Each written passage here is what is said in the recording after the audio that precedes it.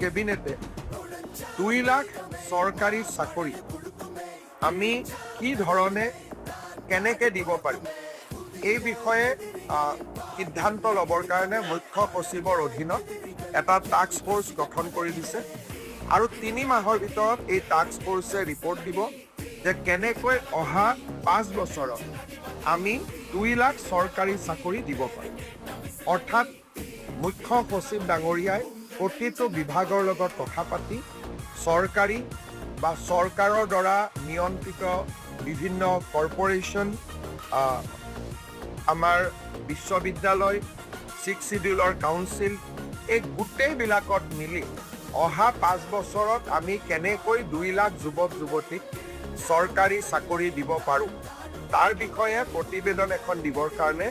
মুখ্য সচিব ডাঙৰীয়াৰ অধীনত এটা টাস্ক ফোৰ্স গঠন কৰি দিছে